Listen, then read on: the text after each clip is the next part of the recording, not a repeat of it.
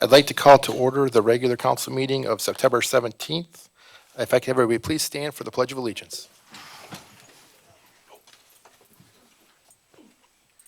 I pledge allegiance to the flag of the United States of America and to the republic for which it stands, one nation, under God, indivisible, with liberty and justice for all.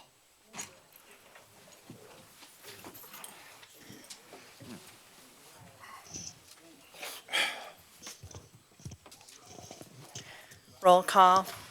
Mayor Racy, Here. Mayor Pro Tem Porter, Here. Councilman Miller, Present. Councilman Webster, Here. Councilman Dowd, Here. Councilwoman Skiff, Here. Councilman Wagner. Here. Quorum is present.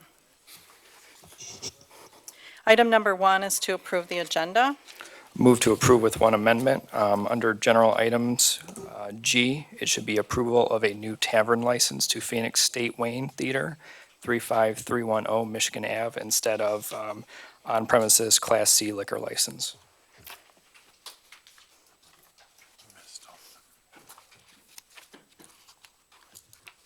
We have a second on that. Second. Any other comments, questions? All in favor? Aye.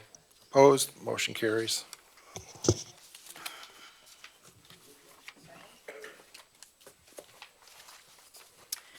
Okay, item number 2 is city council minutes. 2A, regular meeting of September 3rd, 2019.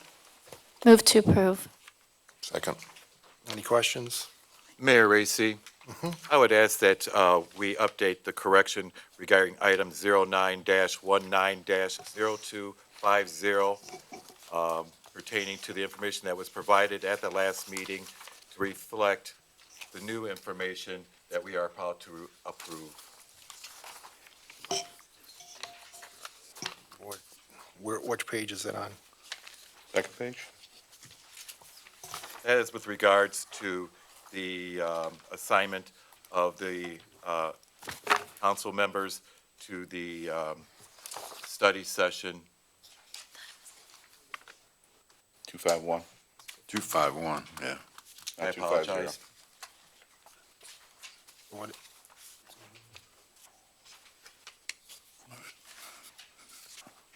So what's your amendment? Well, what I'm asking is that what we are approving last meeting's amendment, that we're going to go ahead and approve the changes that were made that were previously stated in the September 3rd meeting. I'm sorry, I still don't understand what you're. What I'm saying is that you indicated to council on September 3rd that you were going to designate council members to specific bullet meetings regarding potential ballot. It's in there. Yep, thank you. That's what it says. So this is 251, and this is designation, and this is the initiatives. Yes, that's not what was stated in the last meeting. You stated that Mayor Racy, Councilman Dow, Councilman Wagner were going to be, No, that's not right. well, that's what you stated at the last meeting. What I'm just suggesting is that we're about to approve these minutes, that we should be reflecting the changes that have been made on this agenda. It does not reflect. I'm not on any committee. You did indicate to us on September 3rd that I those are the, don't believe that that's correct. well, you can look at the tape. Yeah, I I wish you would have said something beforehand so I could have. I mean, I'm not looking at the tape right now. That's not what was intended. I mean, that's. Well, I respectfully understand that, Mayor Racy, that was not what is intended, but that's what was said. And I just want to, it's a simple correction. I'm not, and I would refer to the But chair. I don't know how, if everybody doesn't agree that that's the correction, how, is it a simple correction? Mayor, if I may, my recollection was you designated 3 to each, which is council. I did not recall your name. I did not say my name, that I recall. Could be. I'd have to watch the tape. I don't recall saying my name. Well, I respectfully disagree. Okay. It's the difference. Did you check on, but, I mean, we're not gonna do it right now. We're gonna stop the meeting and have them My check? my notes reflect what I put on there. Okay. I know what I'm watching when I go Need a home. 5-minute recess to take a look? Sure, that's what you'd like. We're gonna take a 5-minute recess.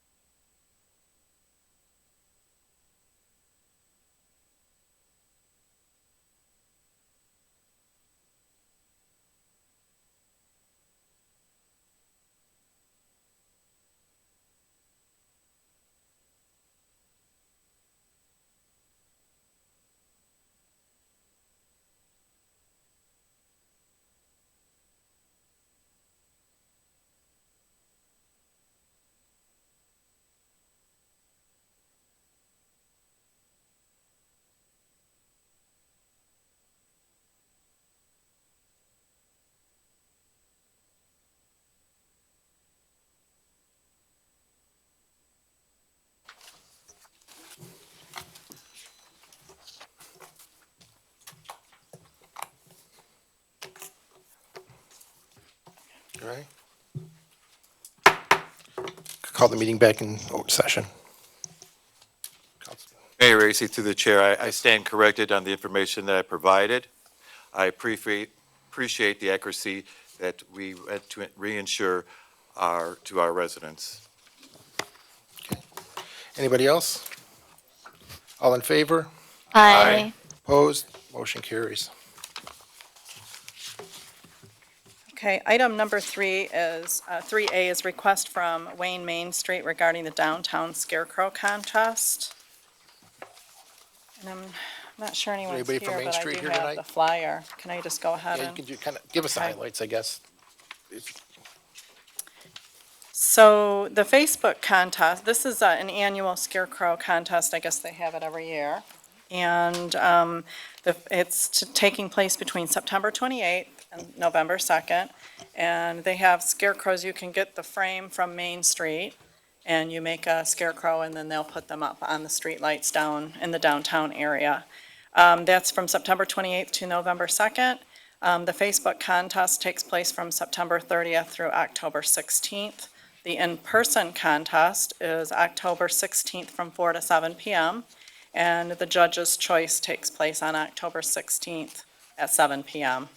So I do have a flyer here. We have flyers out in front of the clerk's office, too. And there's also a display out there of a scarecrow. I think that was from last year.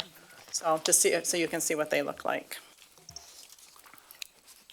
Do we need to approve them putting them up, or is there no approval needed tonight? Yes, we do need it. No, she said no. I'm getting two different ones. I just took it as a communication. Oh, I'm sorry. I'm corrected. It is a request. I'm sorry. That's why, okay. Apologize. So can I, Got carried away with. Move to talking about approve. scarecrows. Support. any questions? All in favor? Aye. Opposed? Motion carries. I'm sorry, was that Skiff and Yes. Webster? Okay, thank you.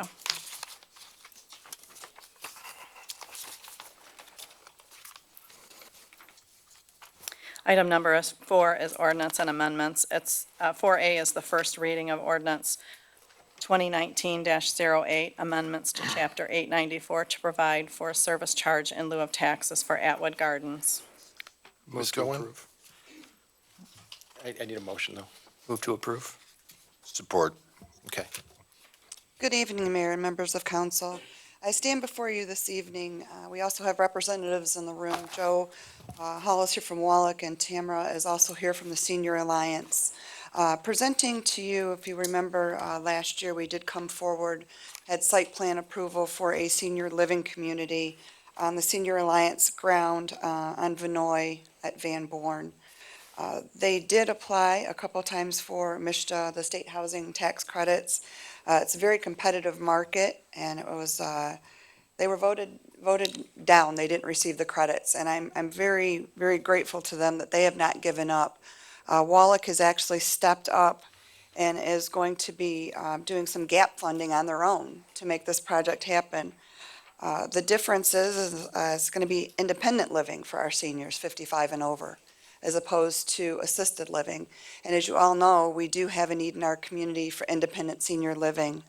The pilot program, for those of you who are not familiar with it, what it is, it's payment in lieu of taxes. So as opposed to taxes not being paid on the property, we take a portion of their yearly gross rents. There's an equation.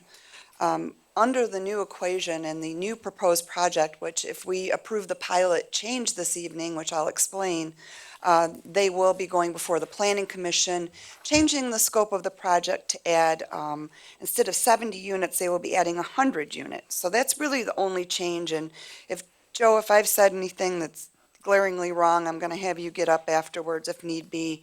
But what's going to happen is we're actually going to increase the amount of money that we are going to collect on the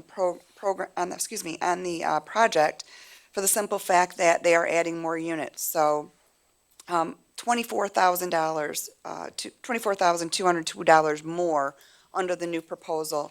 We're going to receive 7% of their annual shelter rents as opposed to 8%, which we had proposed initially. So we had to go to the 7 in order for them to make their numbers work. But ultimately, if Planning Commission does improve the increased number of units, we still get $24,000 more. So that 1% difference in that capture is not significant to us. I can take any questions. Tonight, this is before you simply for the first reading of the ordinance. I can answer any questions. We'd have the second reading and the adoption at the next meeting, and the adoption of the ordinance would be published. Mayor, if I may. Yes. One question is, just to elaborate, you said to make their numbers work. Can you elaborate on what that means? Or can somebody elaborate on what making the numbers work? Absolutely. I will let Joe respond.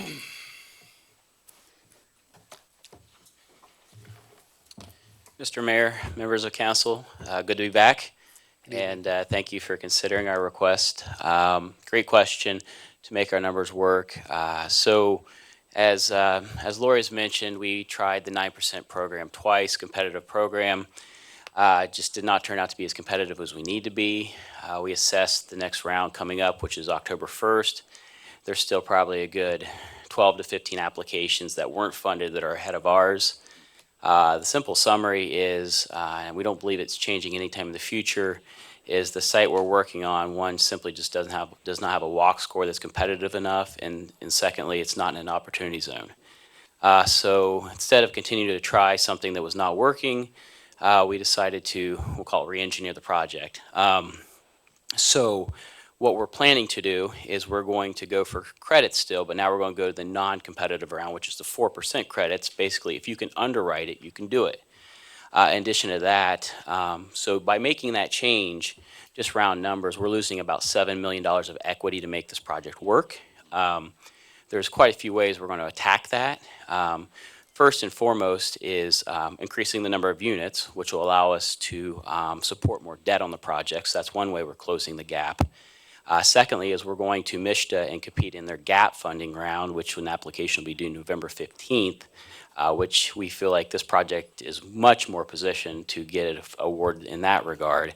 And then last but not least, as Lori mentioned, Wallach's willing to step up and fill that gap. All those being said, the pilot would help in a couple different ways. The pilot approval from a strictly numbers perspective would allow for us to leverage an additional $250,000 of debt, which is a source to the project. And then secondly, it would allow for us to save about $8,000 in cash flow annually as the project currently sits. That allows for us also to present a more financial stable asset to MSHDA for consideration. So in general, that's kind of where we're at and where the adjustments come out. But we're excited to keep the project moving forward, and we think it's a great opportunity still. Thank you. Any other questions? One question. This may be a stupid question, but I'd still like to get an answer if I could. It says that if this is approved, we would receive 7% of the annual shelter rates each year. How is the city going to know what the annual shelter rates are each year? So what we do is in the agreement, our project is audited by a third party on an annual basis. Okay. We'll provide that audit and the calculation. We'll work with the city. Typically, our audits are typically done by the end of March of the following year. We'll send the audit and the calculations to the city. We'll work together to make sure we agree on that number. And then once it's agreed upon, then we'll cut a check for the amount for the prior year. Any other questions? I had a question for you. Sure. I think you answered it, but I want to just ask it again just to make sure. So the walk score doesn't matter anymore? It does. In the new situation, no, it does not. You're Okay. correct. Okay, that's what I was kind of understanding, what you were saying, that's Yes. what you were doing. If we were to try to do the competitive 9% round, it certainly still does matter. The route we're going now, it does not. Right. And I want to just remind the council that we're able to now get money from this property back to the city that we're currently not able to do. So this is a very positive thing for our community, that we're able to have some extra revenue coming from this project, which I appreciate that. That's awesome. Tamara, did you have anything you wanted to share? Okay. Any other questions? Okay, all in favor? Aye. Aye. Opposed? Motion carries. Thank you. Thank you guys so much. Appreciate it. Item number 5, communications and reports. 5A, St. Michael Lutheran Church Letter of Appreciation to the Department of Public Works regarding the repair of water leaks. And I'll go ahead and read that letter. Yes, please. Okay. Dear Mr. Queen, we just wanted to say thank you for the great job you and your crews did fixing last week's water leaks. You communicated with us, so we had an idea of what was happening, and your crews worked tirelessly to limit the time we were without water. Thanks for the time and hard work spent making last week better for our 96 students. We hope it doesn't happen again, but we know we are in good hands if it does. Sincerely, Mr. Brown and Mr. Gwynn. Ed, could you thank the guys? I know that they had a lot with that. That was a lot of water main breaks in a row, but they did a great job making sure everybody was taken care of, and we all appreciate it, so thanks. Item 5B is Wayne Fire Department's 22nd Annual Breakfast with Your Firefighters to be held on October 5th, 2019. And I have a flyer on that too, if you want me to just... Give us some highlights, would be great. It's the 22nd Annual Breakfast with Your Firefighters. It's an all-you-can-eat pancake breakfast. It includes 3 sausage links, coffee, juice, or milk. It's October 5th, 2019, from 9 a.m. till noon. They'll have face painting. It's being held at the fire department. Adults are $5, children $3 for 10 and under. Advanced tickets are not necessary. They're accepting donations of gently used wheelchairs. Any questions, please call the fire administration at 722-1111. Thank you. And item number 6 is boards and communications. 6A is approval of the appointment of Michael Smith of Whitney Drive to the Local Officers Commission, Compensation Commission until September 2022. Motion to approve. Second. Support. Any questions? All in favor? Aye. Opposed? Motion carries.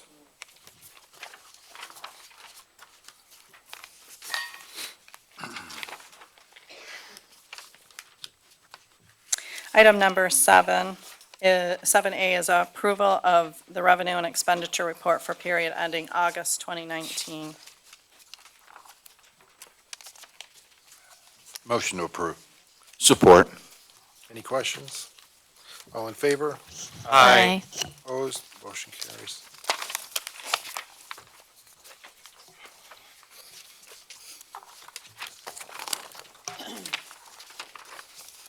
Item 7B is approval of the liaison officer agreement with Wayne Westland School District for a school resource officer. Move to approve. Support. Chief, would you like to talk about this for a second?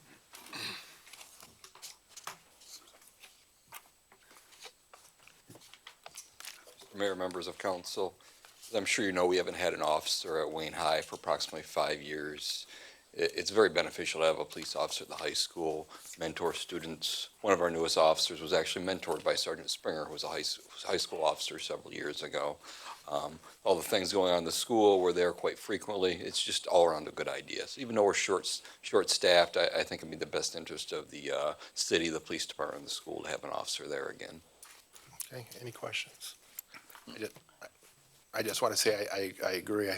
I know the schools have been wanting this for a long time, and I think it'll make everybody really happy. And I'll just add too, the school is sharing the cost of the officer, and I believe youth services is going to be able to help us out as well. So we're going to have an officer almost for free. So Yeah.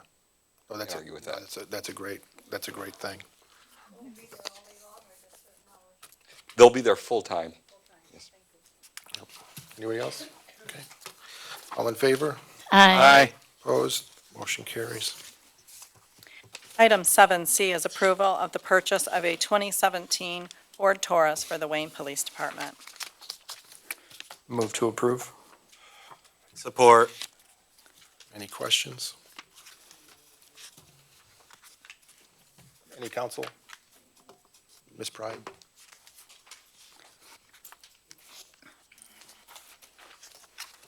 My first question is how much, and then my second question is how many miles on the vehicle? Chief?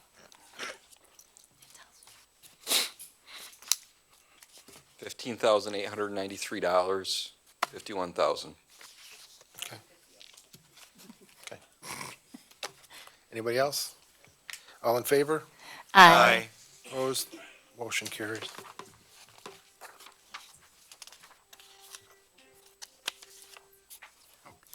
I was getting excited. Get ready to charge. Item 7D is approval of the tentative collective bargaining agreement between the City of Wayne and the International Brotherhood of Electrical Workers, Local 58. Move to approve. Support. Any questions? Ms. Pride? So I take it that Mr. Rowe has retired from doing the electrical work for the city? It doesn't have anything to do, yeah, he has, but that has nothing to do with us. Okay, all in favor? Aye. Opposed? Motion carries.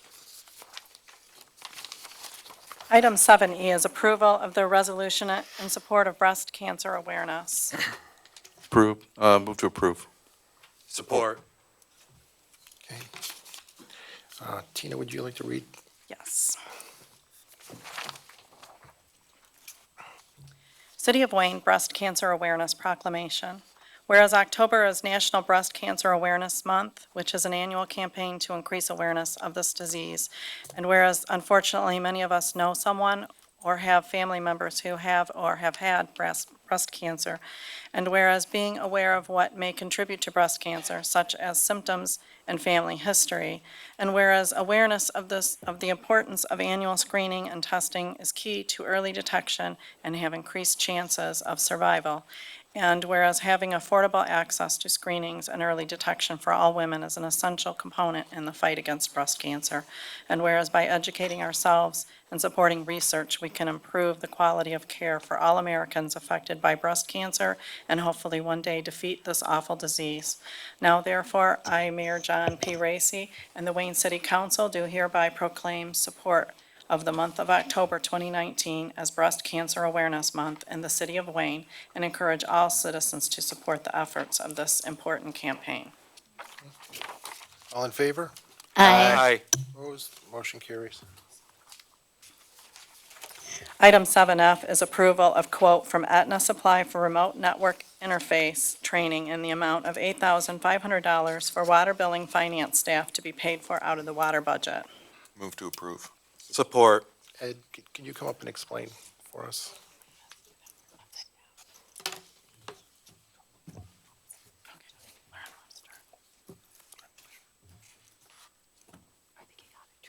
Good evening, Mayor, members of council. This is training that that I'm asking for. We initially had the training when we had our water meter project that came in several years ago. And some of the staff that was trained at that time has since retired. So now we have new staffing there, and they need this training to assist with their duties related to the water and metering system. It's a software program that this company will actually come in and do all the training for. It's a 2-day training. Any questions from council? I do. So how many employees are going to be involved in the training? The training, well, currently right now we have, I think there's probably about 3 or 4 of the ladies from the finance department, water meter billing department. The cost is $8,500 whether you have one person or 3 or 4. So we're going to try to get as many trained as we can. Makes sense. Any other council?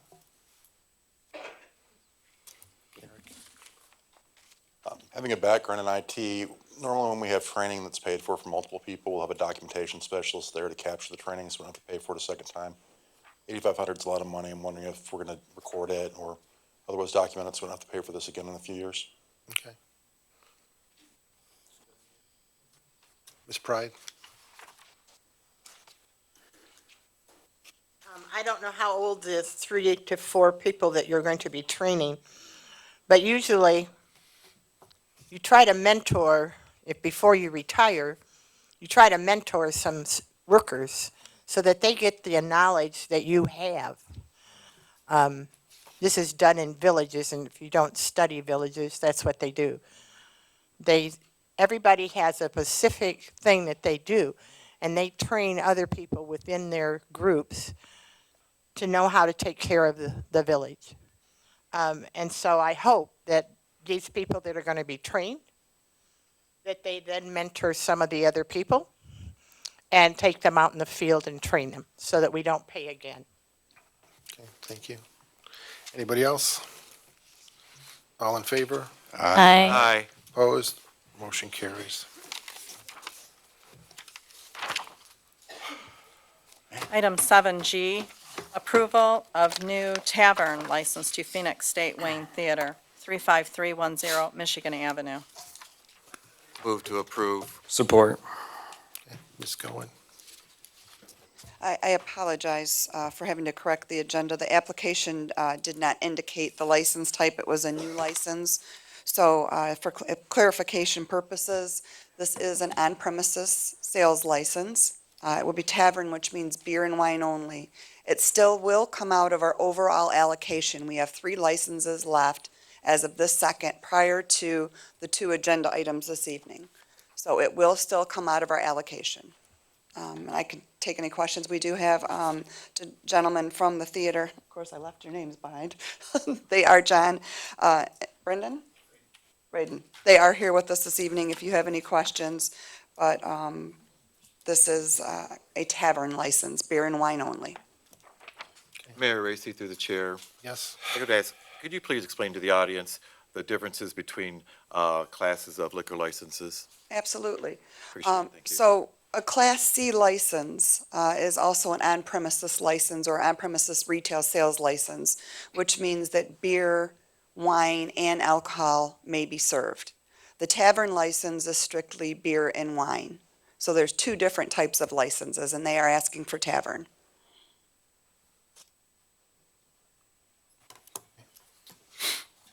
Mayor, I just may ask if, Yes. has Phoenix looked at escrow as far as pricing exactly that, looking outside of what we have? So I will have them come up and address that. And just as an FYI, in regards to pricing, it is unregulated. I do not know if they have have indicated if they have looked in escrow. If you guys want to come up and answer that. Mr. Mayor, excuse me, council members, Braden Allen, I'm the Chief Financial Officer for Phoenix Theaters. We actually have looked at licenses in escrow. We sent out letters to every carrier or holder of a current license in escrow, and it's really just not feasible for us to do. As you know, when we came in and took over running the theater in 2013, we've more than doubled the number of attendees that have been coming to the city of Wayne. And we've done that primarily through the amenities that we offer. I mean, through the chairs, we just made a significant investment in heating those chairs. And John and I have done a lot of research. We are the only movie theater, Phoenix Theaters is the only movie theater to not offer beer and wine and liquor in our movie theaters. And in keeping in that tradition, we really just want to make sure that we can continue to bring folks into Wayne by offering those amenities that we've done since we started. So our first step was to look at those licenses that are held in escrow, and it's just financially not feasible for us to do. Okay. Mayor, can I just ask one more question? Sure. I'm sure it's on everybody's minds. I mean, the theater is, as far as the lobby, it's cramped, to say the least. What's the business, what's the plan where would you actually manage the liquor or the booze on the front of the house? What's the plan? So actually behind the concession stand, we have liquor licenses in 2 of our other locations, one in Dubuque, Iowa, and one in Pittsfield, Massachusetts. And because it's just beer and wine, we're not mixing any cocktails. We won't be pouring any wine. We'll be selling and holding inventory that exists in either just cans or bottles. So it will be a situation whereby, excuse me, folks that are over the age of 18, we will have someone on staff that is over the age of 18 at all times. And only those people over the age of 18 will be on a drawer that has the ability to sell the beer and wine to those folks. So from the existing concession stand, part of the reason that we wanted a tavern license rather than the actual Class C liquor license, so that we wouldn't have to actually put a full bar area in because we don't have the room the way that it exists. Everything's prepackaged. As a side note to that, we've been doing the beer and wine licenses, tavern licenses in Dubuque, Iowa, and also in Pittsfield, Massachusetts for over 18 months now. And in that 18-month time, we've had no issues with any customers. We've had no violations of our liquor licenses. Mayor? Councilwoman Skiff. Yes. So you said that we're the only theater that doesn't sell alcohol. But if I'm correct me if I'm wrong, your Livonia location does not sell beer or wine as well, correct? It does not. Okay. We're working on that. So you do plan on doing that in that theater as well? We actually have applications in Livonia and in Frenchtown Township at this time. Okay. I'm not sure I agree with you that you say that this is not financially feasible for you. Our theater has pulled in 100,000 people. Let me just first of all say this. I love your product. I love Phoenix theaters. If when I'm going to a show, if it's not showing at our State Wayne, I go to the one in Livonia because I love your theaters. I think you would agree with me when I say that your two biggest competitors are MJR and also Canton Imagine, correct? Correct. Okay. So you're pulling in 100,000 people a year at our 4-screen theater. And they're pulling in double that, but they have between 15 and 16 screens. You have a great product. I don't believe that, just in our 4-screen theater, I don't believe that this is something that would not be financially feasible for you. I just have to be honest with you. Sure. Okay. I understand that. As you know, the MJR in Westland recently put in the reclining seats. We have felt a direct impact of that on our business. This year, the industry is currently down, how much is the industry down? 6%. Industry nationwide is down 6%. In Detroit, we're down 8%. We're down 8% in Detroit. And the State Wayne currently this year is down how much? 10%. 10%.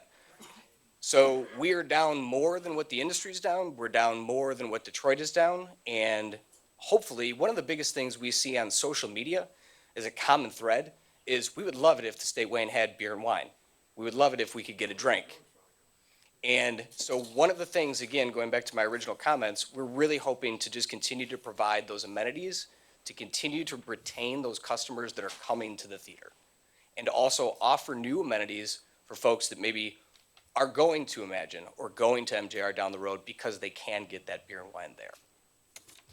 Do you realize, though, that you may also lose patrons in this city, faithful patrons that have been here that have been going to the theater for years? I know that that's a theater that I saw E.T. there. That's how long ago and I took my son there. I had to take my son there so that he could see the dragon and wear light colors and glow in the dark. And it's been a long tradition for several people. It's family oriented, but so have you also taken into the account? I've had people tell me that it's not a place that they would consider taking. It wouldn't be something that they take their families to anymore. Do you realize that's a possibility? That may be a possibility, being that there's not another movie theater that they can go to in the state of Michigan that doesn't offer beer and wine. I'm not really sure what to say to that because our Phoenix theaters is the only movie theaters in the entire state of Michigan that does not offer beer and wine. Right, but do you realize that you have loyal patrons that you're also going to lose as well?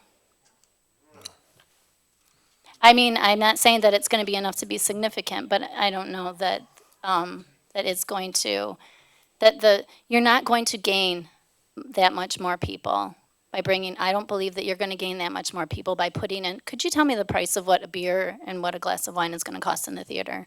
Currently, there's different prices for domestic and craft beer, but it's about $5.50 for a can of beer, $6.50 for a can of wine. Okay. So not $14 like you're paying at Imagine. Okay, so, but still, more than if you went to one of our local bars that are not even a quarter mile to the left or the right. Absolutely. Okay. I'm not sure that you're going to be able to pull in that many more people with that price of beer doing that. And then I don't know that it's going to make up for your loss in patrons. I mean, I'm just being honest. Sure. Anybody else? Mayor Racy, through the chair. Yes. My question is, what provisions will you have in place to prevent any underage drinking in the facility? So in both of our other locations in Dubuque, Iowa, and Pittsfield, Massachusetts, obviously at the counter, all IDs are checked. Once you're in the theater, I mean, frankly, we have ushers that will be going through the theater to ensure that that is not going to happen. It could happen anywhere. It could happen in a restaurant. But we will certainly ensure that we follow all of the laws when it comes to making sure that there is no underage drinking. I do recall when the drinking age changed and bars would then provide a band that, you know, you purchase beer just to help identify for the ushers to minimize any of that to occur. Is that something that they would be utilizing as a precautionary measure? We do not do that in either of our other locations. If that was something that we deemed necessary, we absolutely would. Okay, thank you. Any other questions? No, he actually just answered it, so I'm good. I've got some stuff, if I'm just trying to see if there's any other council members that had anything. So, John, I remember when you guys first got into State Wayne, and you're a pretty conservative guy. And that was not something that you were really excited at the time. No, Corey Lee Jacobson, the owner of Phoenix Theaters, was not very excited about this liquor, but it's just something that we have to stay competitive in the market. And, you know, unfortunately, everyone around us keeps doing this, and, you know, there's things like reserved seating that we're not excited about either, but we're going to get forced into, you know, keeping up with everybody. And we've experienced great success in our other locations outstate with the liquor, and, you know, it kind of eased a lot of our worries about, you know, dealing with the employees. We never wanted to add things to our management and to our employees to have to deal with extra things. And all of our worries were eased as we got into this. And like Braden said, we've been doing this for 18 months and have basically, it's almost no different than just selling a soda or selling a popcorn at the counter. I mean, we've kept it so simple. All of our beer is inventoried because it's all cans. All of our wine is inventoried because it's all in a prepackaged wine glass. It's pretty simple, and it's worked out very well for us. Okay. No, I want the council to understand, I mean, times have changed over the years too. In my research, I found what you said was correct for first run movie theaters. Movie theaters, yeah, in the market. To clarify that. And I want people to realize, like even Chuck E. Cheese is now serving beer at a thing. It's not what you would expect. I mean, but it's happening in today's world. Consumers are asking for, and you're trying to meet the demand because that's what businesses do, to try to be competitive. I also want us to remember that we've been working with Main Street.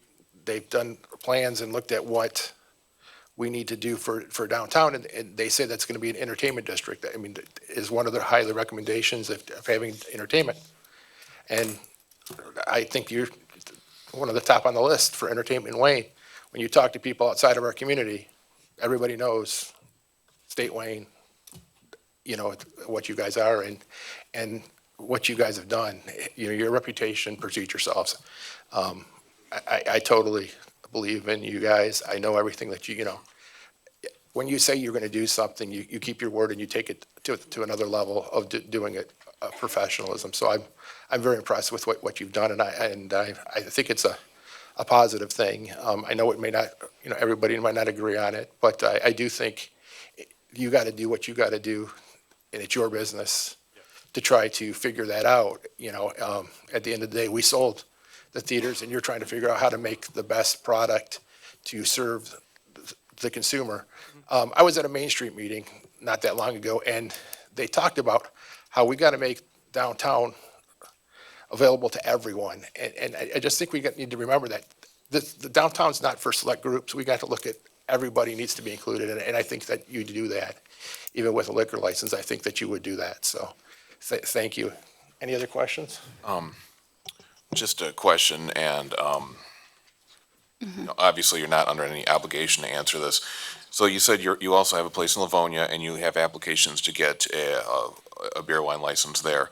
Are you looking to get that license in Livonia through the city, or are you looking to get that one through escrow? Both in Frenchtown and Livonia through the city. Okay. I'm sorry, I didn't catch that. Both in Frenchtown Township and in Livonia through the city. Through the cities? Okay, And Frenchtown's like in Monroe, close to Monroe. That is Monroe. Yeah. thank you.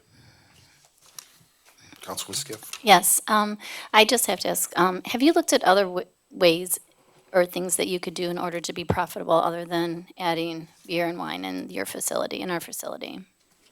Frankly, it's really not about profitability. It's about making sure that we retain the number of customers that are coming to the State Wayne on an annual basis. And that ultimately ends up in profitability. We're not hoping to make $1 million on the sale of beer and wine. We're hoping to ensure, last year was our first year that we exceeded 100,000 customers. This year, we're on track to do 89,000 customers. I'm not saying that we lost 10,000 customers due to the fact that we don't sell beer and wine. What I'm saying is that I know by providing beer and wine, we're going to attract and keep as many of those customers as possible so that we continue to be over 100,000 customers on an annual basis. But you did that already without having beer and wine in your facility already. That was prior to MJR reseating their theater up in Westland. And now we have Imagine reseated, offering these amenities. Westland's offering these amenities, and we just want to stay competitive in the market, Right. offering the same amenities. Again, I'm saying we're 4-screen theater. You're still pulling in pretty high numbers. And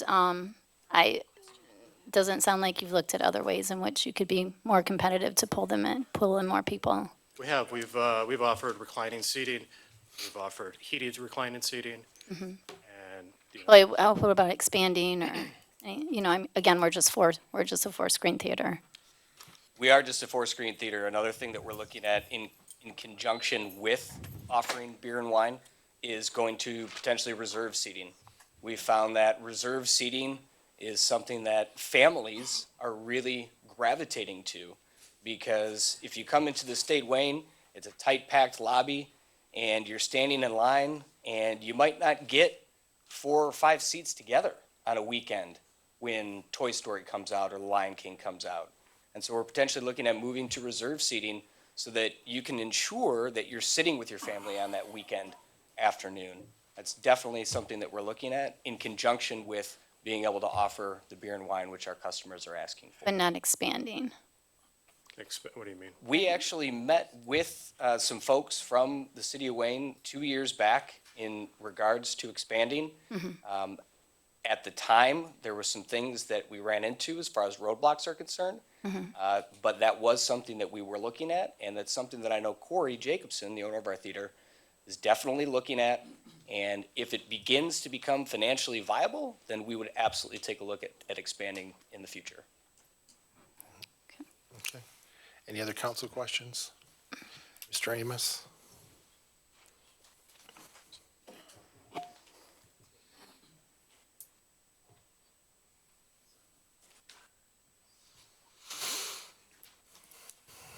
Mayor, City Council, my name's Vern Amos, and I live on Stellwagen.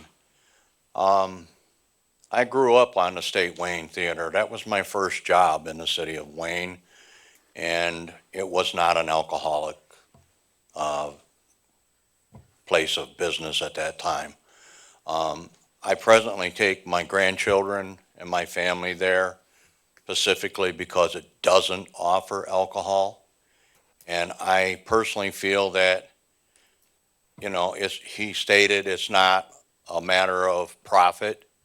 It's, you know, being competitive, to, you know, because their numbers are down. But if it comes to alcohol or not alcohol, I'll stay at home and rent a movie for my grandchildren because I don't want to inject that in their environment.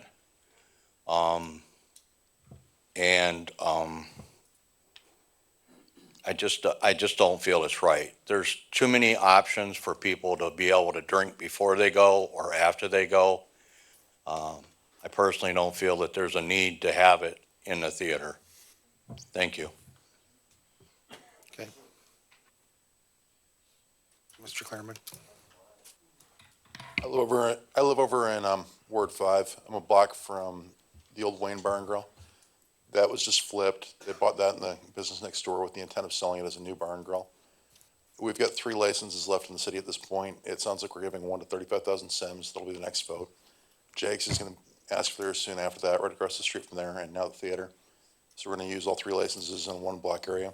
That's not correct. I'd like to see one of them saved for the business over on the other side over in Ward 5. I don't think we should burn one on the theater. At this point, we're going to have them going to escrow that, for that, and there's a very good chance it's going to remain a vacant building if that happens. Just my opinion. Ms. Cohen? That's actually a really good question. Thank you for bringing that, as a point, bringing that up. So typically what I do, and I did the same thing in the community I worked in previously, is these licenses are very precious. They're allocated by the state based on the census. We literally have 3 left. That is it. We have to make smart choices when we allocate these licenses. I sit down with the business owner prior to bringing a request to you. I will tell you that we had a request not long ago for a liquor license, and based on the fact that there wasn't a business plan, the person was not experienced in running a bar or restaurant, was going to rely on other people. I was not 100% confident that that was the right request to make upon this council. So I did not tell the individual that they could not ask for one of our liquor licenses. I simply asked them to please look into getting a license out of escrow first. I explained to the individual that I was not confident in the fact that he may not close in 2 years, and he said, I understand. This is a new adventure for us. That license means a lot to the city. He's currently looking in escrow. I have contacts of people who do have licenses in escrow. There are some people not only from Westland that have closed, but here in our city that have licenses in escrow that I have told him that I would be willing to see if we can figure out, maybe they can negotiate a good price with him on a license. So I do not bring every request to you, nor will I, unless I feel 100% confident that that business is going to be viable and they're going to stay in business. And if I could just add one more thing, Mayor, a couple of the council members asked me some really good questions. It would be really nice if we had the ability to say, okay, Mr. Smith, we're going to give you a liquor license. We know you've never owned a bar before, and we know you're a risk.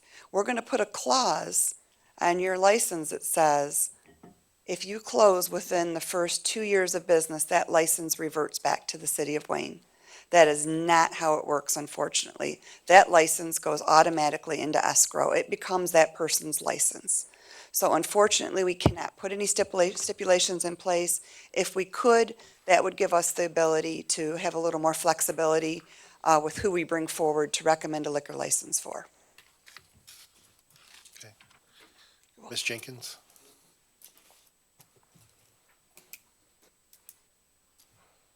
Mayor and Council, Kim White Jenkins, Elm Street, and business owner on Wayne Road.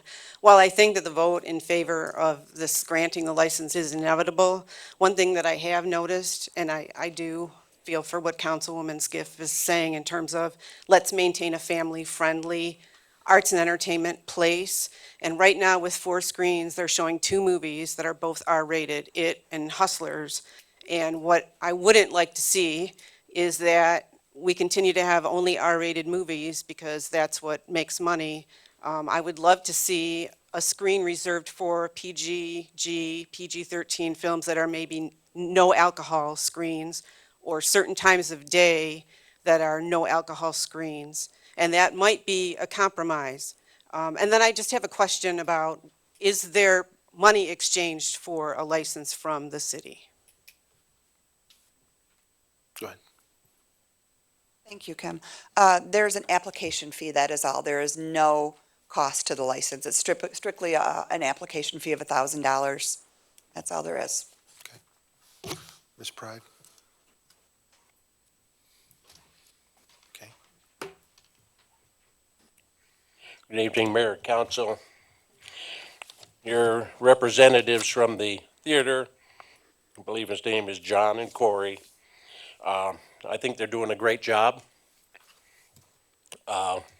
What they proposed to you was to move their business forward with some more dollars in their pocket, which you eventually, the city, gets. I have no problem at all. If I want to buy a Coke, I'll buy a Coke. If I would like a nice cold wine that's brewed here in Michigan, so be it.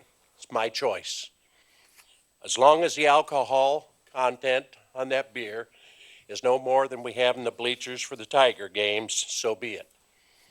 I'm sure that Chief Strong, along with the Liquor Control Commission, who will check these individuals, and before Phoenix Theaters even think about it, seems like they've done a good study program.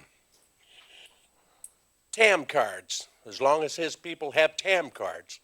If you don't have a TAM card means that you have trained your individuals. Techniques of alcohol management.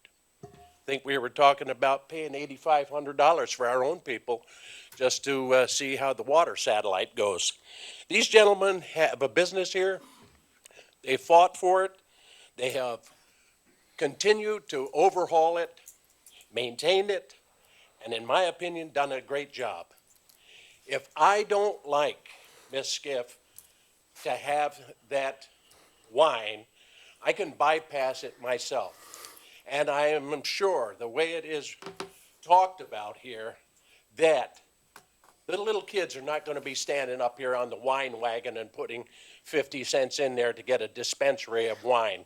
They have an obligation for their business to move it forward, and they also have an obligation to the public that when selling an alcohol beverage, and it seems that they have, this is one company that studied their information first before they came here to the council, and I applaud them for their information. Thank you. Thank you, Mr. Osborne. Ms. Pride?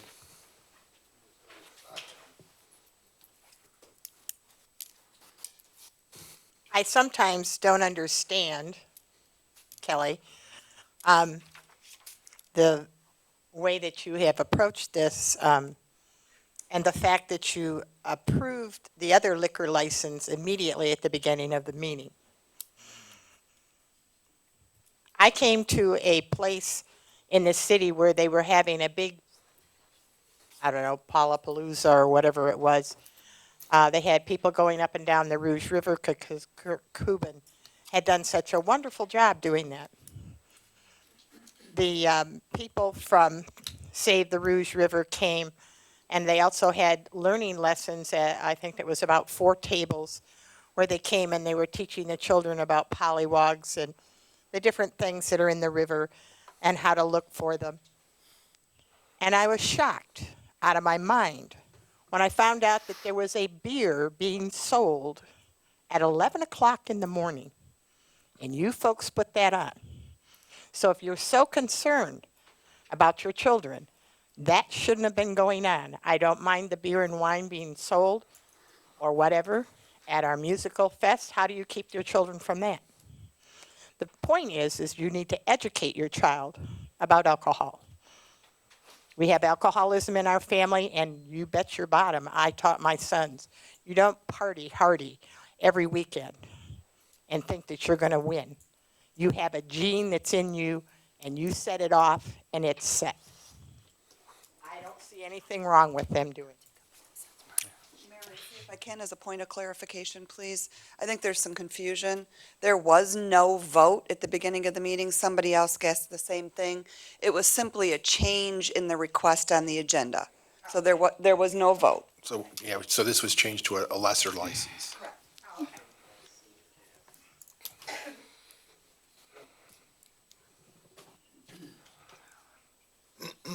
Kathy Rockwell.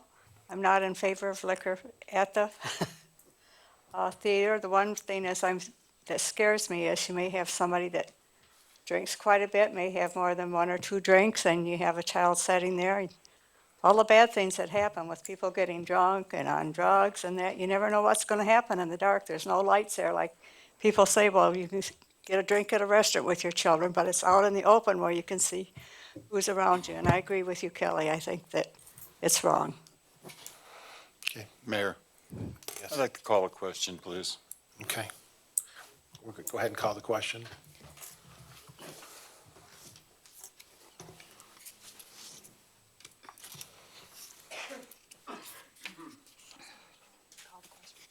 Oh, repeat what was No, we're going to vote. Do a roll call vote, I guess. Yeah. I'm sorry.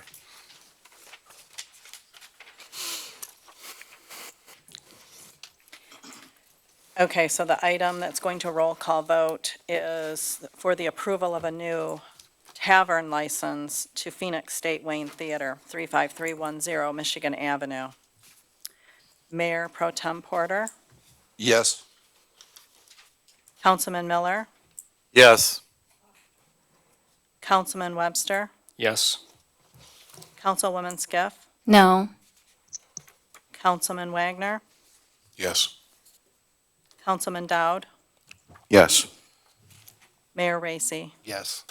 This motion carries 6-1.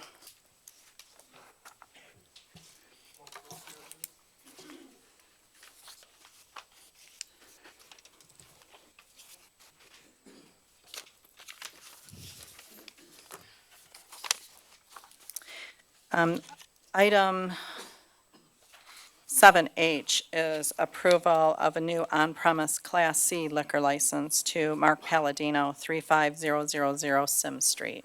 Move to approve. Support. Ms. Goen? Okay, well, this is another liquor license request. This one is a Class C, which will include alcohol. There's another part of this license, it's called a brew pub license, because they will be actually making product on-site. And for those of you who are not familiar with what we're talking about, this is 35000 Sim Street, the former City of Wayne Library. Mr. Palladino is in the He is in the audience this evening with us. I'm tired, sorry. He's in the audience with us this evening. We've dispelled the rumor many times that there's nothing happening here. There is a lot happening inside that building. Just recently, Mr. Palladino did receive $30,000 that he'll be getting from the Michigan Economic Development Corporation to assist with his efforts in creating this new business in our city. We are obviously recommending approval and bringing this before you this evening. This is part of what he needs to do to keep this project moving. And again, as I said, Mr. Palladino is with us tonight if you have any questions. Any questions from the council? Through the chair, could we have Mr. Palladino come up and just give us an update on what he's been doing inside of the building? Glad to, thank you. If anybody's ever tried a project like what I'm trying to attempt, it's much more than I ever imagined. You're dealing with the health department for the food, the liquor department for the state with all the liquor, the city for all the building regulations that are required. And I thought when I bought the building, it was a banquet center that I could just move in and start doing things. Well, I just found out, once I moved in, they said, oh, well, this building needs a sprinkler system now. Nobody died in the past, but they're gonna die in the future if you don't put one in. So, $90,000, You need new heating and cooling, $130,000. We can't use that old heating in there, it's no good. And it goes on and on, so it's much more than I ever planned. And then the brew in the kitchen is, none of the kitchen equipment worked that was in there, and none of the ventilation worked along with it, so. And it was an office, it wasn't set up for it. So right off the bat, we got in there, and we started finding out all the problems that we had. The first thing I did is I hired an architect to come up with we couldn't afford the sprinkler system, okay, well, along with everything else. So we hired an architect to come up with a plan, it's called a fire safe plan, that we submitted to the city. And they said if we fireproof the kitchen and separate it from the rest of the building, then we could possibly move forward. They didn't really give us the okay, but they said it'll look good. Okay, so we went on that premise that that's what we were gonna do. It limited us to how many people we can actually sit in there, which is 99. But as I look around at all the breweries I go into, it's hardly, there's few that have more than that on an average time. So, we figure if we get 99 consistently, then we should be able to afford a $90,000 sprinkler down the road and boost it up. Then we hired, because none of the heating and cooling was any good, we had to hire a engineering company Jay Reed, and they came out and drew up plans on how to put new ventilation in the building and all that stuff. Needs 3 new furnaces, 3 new air conditioners, a makeup air system, all new ductwork, and then the list goes on and on. But the problem has been getting anybody that wants to actually do the work to put it in. We have not yet had a company give us a quote to do the work. Everybody's so busy. We're working with a company right now that I think we're gonna have good luck with within the next week or two, coming down with that. As Lori said, we acquired a $30,000 grant for the mechanical project from the Wayne Main Street. And we will also be applying a little later for a grant from the city of Wayne for trying to fix up the exterior of the building. There's some available there. I've also, since I have no experience in brewing, you know, the city is the one that wanted this project. I wanted an office building, if you recall. So I'm, like you say, I'm a novice to this. So right now I've joined Schoolcraft College and I'm taking brew classes, trying to learn a little bit about the business. I'm not going to be brewing. I'll probably hire a brewmaster, but I like to be able to speak the language when we have to hire people. You know what I mean? Since the first day we got the building, I've been acquiring equipment for the building. We got a huge walk-in beer cooler already bought and paid for. 8-foot by 13-foot food cooler and freezer paid for. We got bar sinks, we got hand wash sinks, we got produce sinks, we got ice machines, refrigerators, glass front refrigerators, stainless steel tables. The list goes on of all the stuff that we've purchased to get this project off the road. Work in progress. We've ripped out a lot of stuff in that building. Some of you have been over there already. We removed all the tile, all the everyday stuff that made the library nice. And then when we basically destroyed it, you know, making it look ugly. And we removed the rolling doors out of there, the big doors that separated the rooms. And then we started taking recycled wood that we picked up over the years. St. Agatha took down their tons of bleachers. We planed them. We plugged all the holes, we sanded them, and we covered the walls with reclaimed wood. We also got a ton of reclaimed wood from Sears. When they went out of business in Novi, believe it or not, they had these really cool old nutty pine shelves with metal in them. And we used a lot of that to put up on the walls, looking real nice, I think. We removed the carpet and put in porcelain tile. That project's not done yet. And let's see, just a little bit more. So far, since we moved in here, we paid the city $10,000 in taxes. Okay. We paid 12 months of gas bills, water bills, electric bills, snow removal bills, grass cutting bills, and labor to do work. We can't move any further without a liquor license. The state won't let us do anything. We can't buy brew equipment or anything else without that.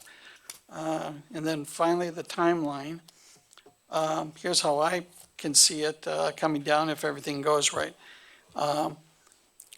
We're hoping to get the firm quotes on the mechanical, which is the biggest part of this project, believe it or not, within the next 2 weeks, hopefully even this week maybe. And then once we get that quote in, it goes to and the mechanical is approved by the mechanical engineer, because I'm having them work together with the contractors. Then that goes to the architect that combines that with the architectural plans. I think they'll probably have that done within a month, the architect plans. And then from there, we bring it over to the city to see if they approve what we're trying to do. We're already financially ready to start the mechanical work as soon as it's approved. And that would probably be 2 weeks to a month to get all that stuff put in. And, but I really think in the long run, to try to shorten this up, that it's going to be a fall of next year project before opening. We're doing it on a cash basis. As we get the money, we're doing the work, and it's been going fairly good doing it that way. And we are taking out some loans, but we're not going heavy in debt. We want to make it so that we can be profitable even if business isn't as good as we project it to be. We want to be able to not have to pay somebody and then go out of business, you know what I mean?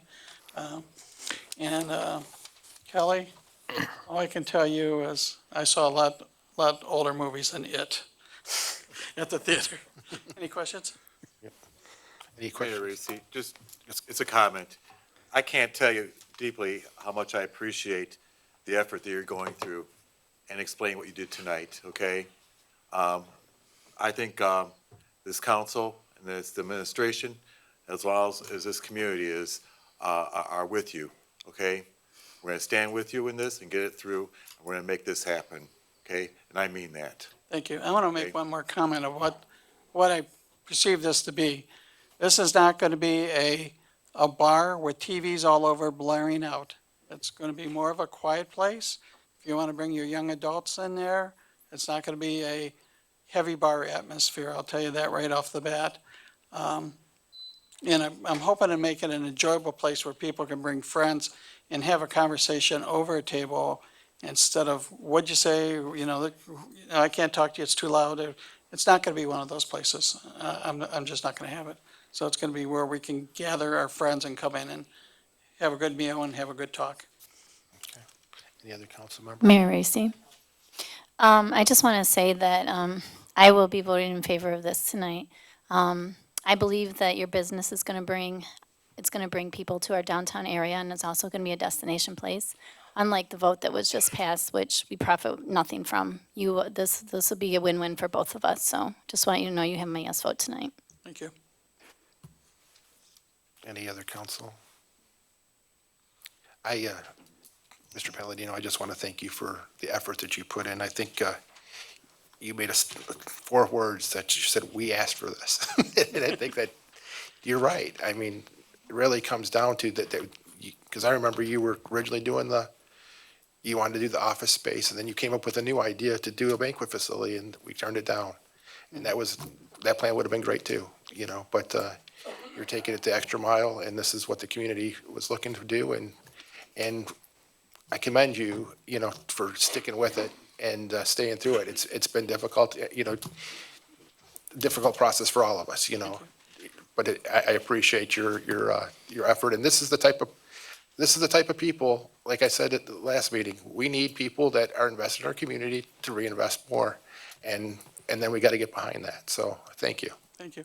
I have one more comment, since I purchased 20 feet of antique bookshelves that are 10 feet tall, 20 feet long. They came out of the U of M's first building they ever built.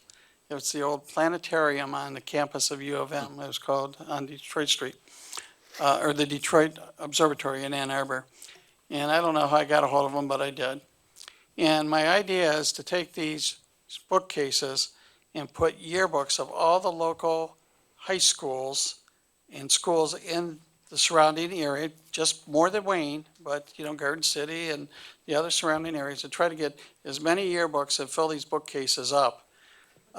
So when you come in, you could say, my dad went to this school back in the 30s or whatever, and try to bring it to your table and, just have some fun with this conversation starter.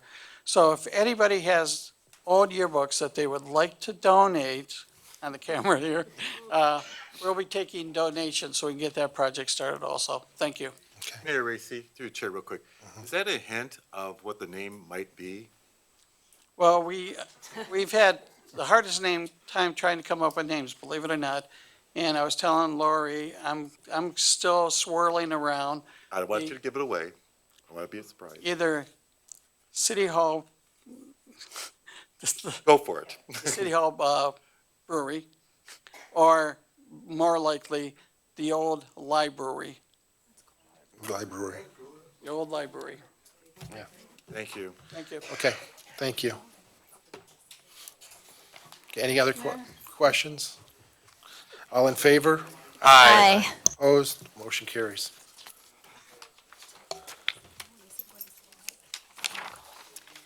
Item I on the agenda, 7I, is approval of information security policy and information technology change management policy.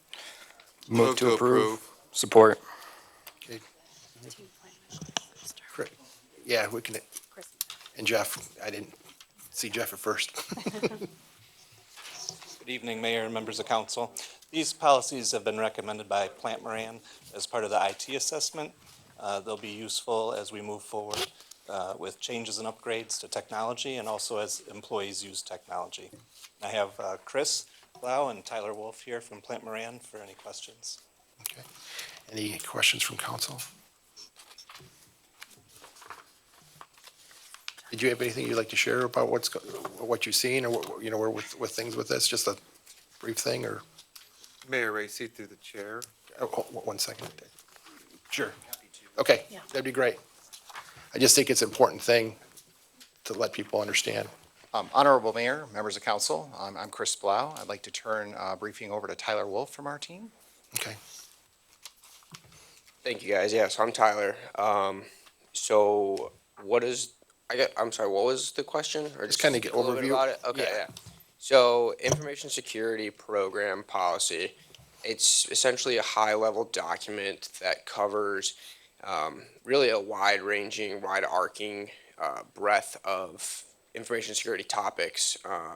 The policy is rather detailed. There are some things that I'm on our cybersecurity team, so it's what I do. So this policy incorporates multiple different areas that are relevant to taking processes that we already have, strengthening them, as well as implementing some new ones to just continue to grow. And as we incorporate more technology, which that's the direction things are going, just kind of making sure that we have our best foot forward in those areas. So, okay. Yeah. Thank you. Councilman Miller.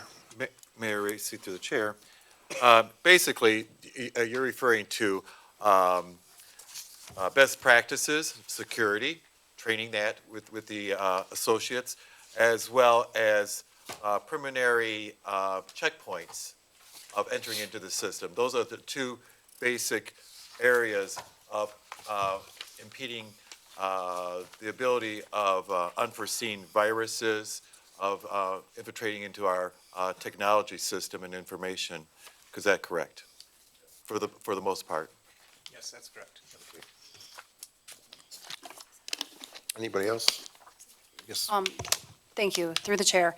I just want to say that Jeff, Chris, Tyler, and myself, we've been working very hard on this for a while. This is not one of those assessments that just went in the file, like many of our assessments in the past. This one is way too critical with regards to protecting information, also protecting the public's information. When you are, there's a deep, deep dive. I mean, there's so much that we could go through, but just in the sense of making sure that we're collecting payments, we're collecting bank information, we're collecting your banking information for direct deposit and things like that. We just want to make sure that we're consistently doing everything we can so that we don't have an identity issue or identity theft or something like that.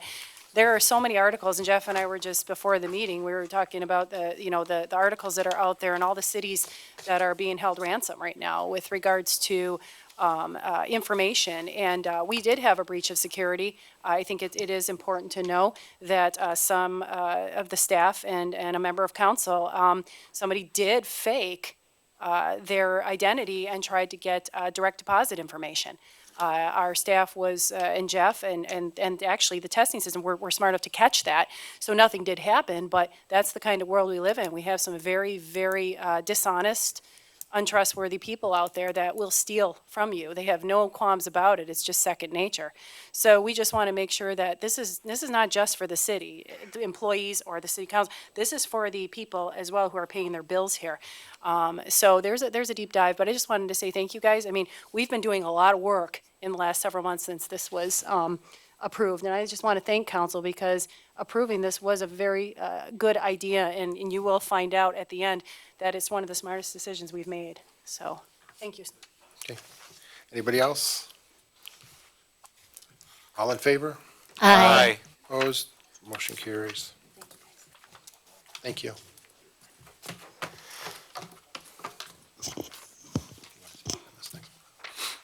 Item 7J is approval of the tentative collective bargaining agreement between the City of Wayne and the Command Officers Association of Michigan.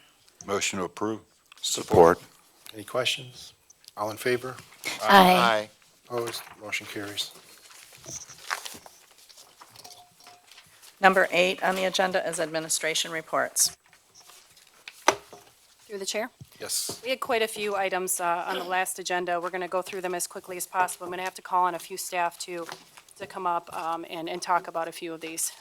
First, there were two questions I'm going to have the city attorney, Mike Bosnick, address. Okay, thank you. There were two questions germane to legal counsel at the last meeting. One of them concerned the old workplace assessment.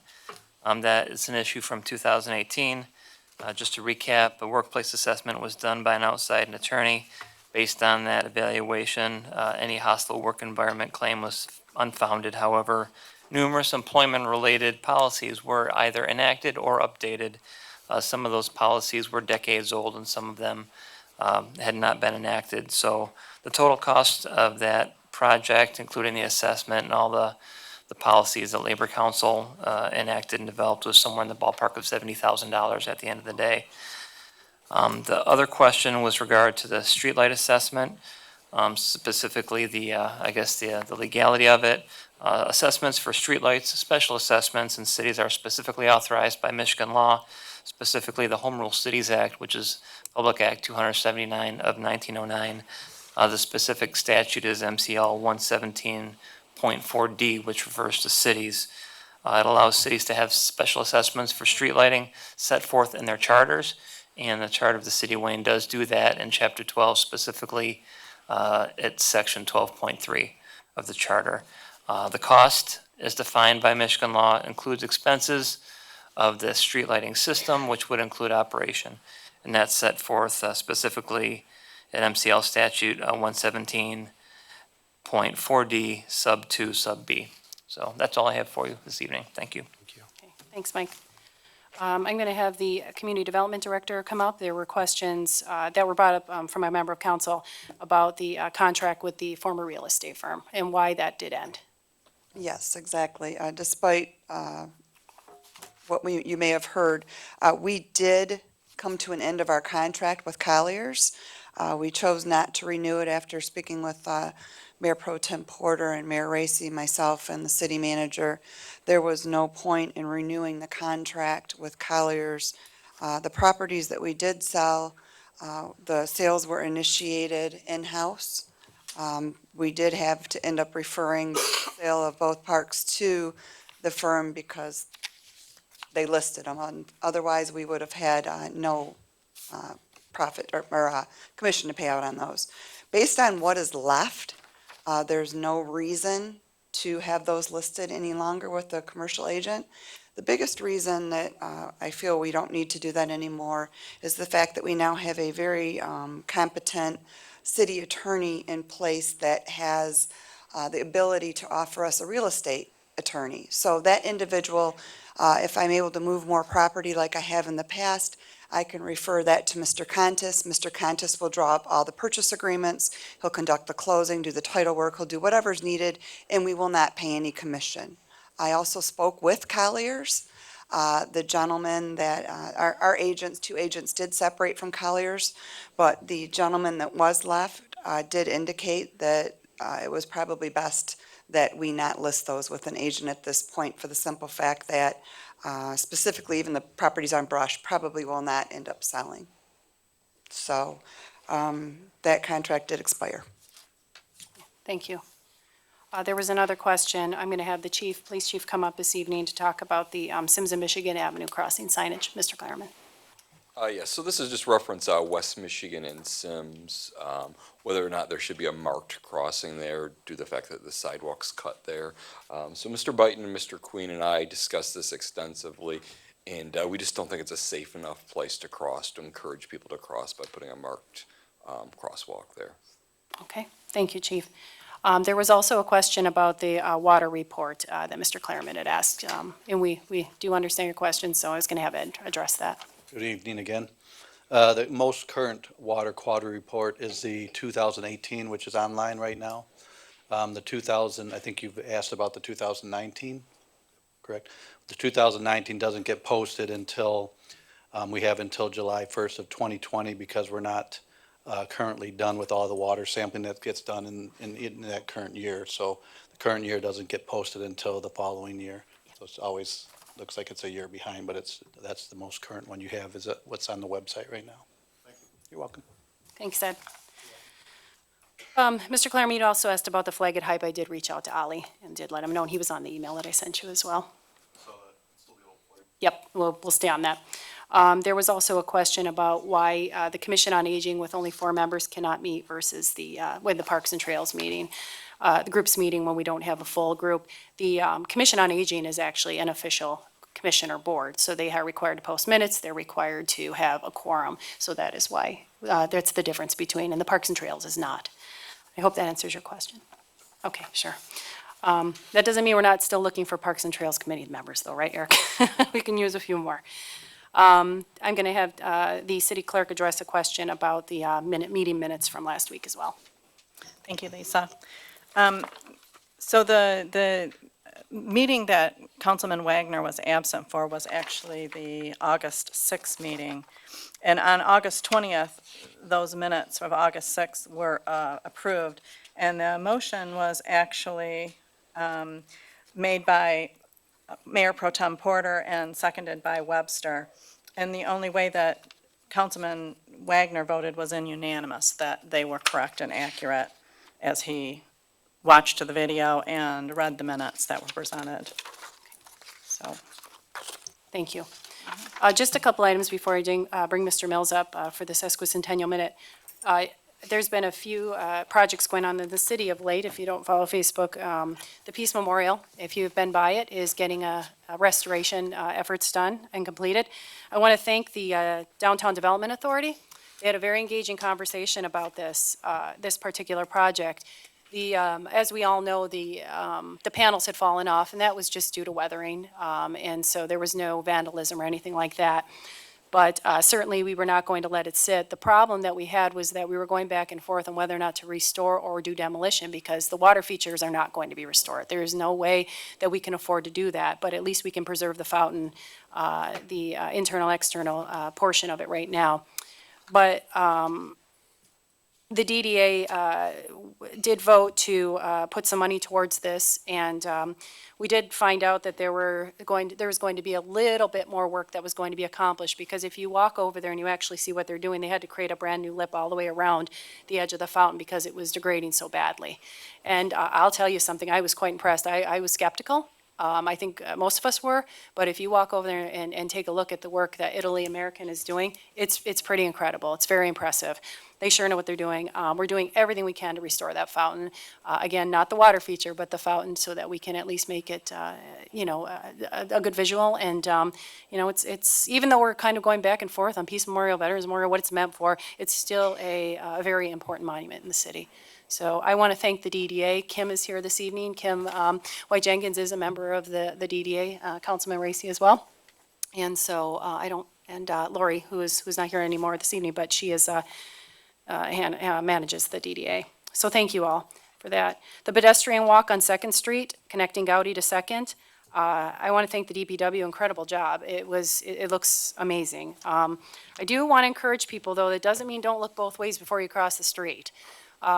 Drivers are not used to that sign, and we've all seen the speed a little bit. We're doing the best we can to control that, but just always remind kids, remind everybody, you're concentrating, you're in your groove on your bike or you're walking, just remember to look both ways, because we just do not want to have a fatality. We did the signage the best that we possibly could, and I want to thank Buildings and Engineering, DPW, and the Police Department for all your help on that project. Looks awesome. And the last item is, also have to thank DPW, the Welcome to Wayne signs I know Councilman Miller, you'll be happy about this one. The signs on Long overdue. Yes, sir, yeah. The signs on each end of East and West Michigan Avenue, the wooden signs have all been repainted and freshened up. They look wonderful. And I did see Barb Rose doing that from DPW. Please thank her. She did a fantastic job. They look great. We're also working on the lights as well that do not work, and we're going to try to make sure, we have to replace them, I believe, because they're worn out, so we'll make sure those lights are working too. And some good landscaping. And some good landscaping. You got it. We'll get on that as well. Thank you. You bet. All right, and now, Mr. Mills, if you'd like to come up and do the sesquicentennial minute. My pleasure. Tonight's sesquicentennial minute is on the Graham Page Company history. The Graham brothers, Joseph and Robert, began to make custom bodies for cars in 1919 at a small shop in Detroit. Business grew when they purchased the Page Detroit Motor Company in 1927. becoming the Graham Page Motors. They adopted the knight as their mascot and letterhead. Graham Page needed more factory space, and in 1927, they bought the factory that was previously used by the Gottfredson Truck Company and the Haroon Motors in Wayne. The Wayne factory produced bodies for the Graham Page assembly plant in Detroit. There were over 30 models of Graham Page cars offered. The stock market crash of 1929 and the depression of the early 1930s really hurt Graham Page, and sales plummeted. Eventually, they dropped Page from their name and just became Graham. The Wayne factory was closed in 1936, and Graham struggled to stay relevant. They invented a new kind of tractor that was sold through Sears catalogs, and even got into the toy business selling metal die-cast cars, trucks, and tractors. Graham was bought in 1947 by Kaiser Frazer, who at the time was the third leading auto producer in the nation. Cars were produced at Willow Run in Ypsilanti, but this company too began to fade and production ceased in 1955. Kaiser Frazer at that time merged with what would become Jeep, who were then taken over by AMC and finally by Chrysler. The Graham factory in Wayne is now part of the Wayne Industries complex on East Michigan at the Railroad Viaduct. Thank you. And then through the chair, I'm going to give this to you, Mayor, to present. As everybody knows, the 150th anniversary in Wayne took place. In Downtown Days, they did a lot of commemorating, but it's still going on. So Gary Peters, United States Senator Gary Peters, did send this letter to the city of Wayne in honor of the 150th anniversary. And Mayor, if you'd like to present that to John for the museum archives. John, come on down. No.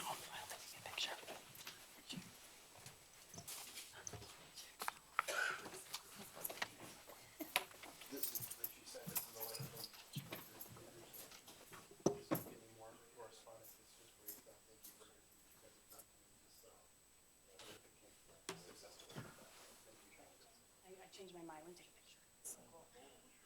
That's awesome.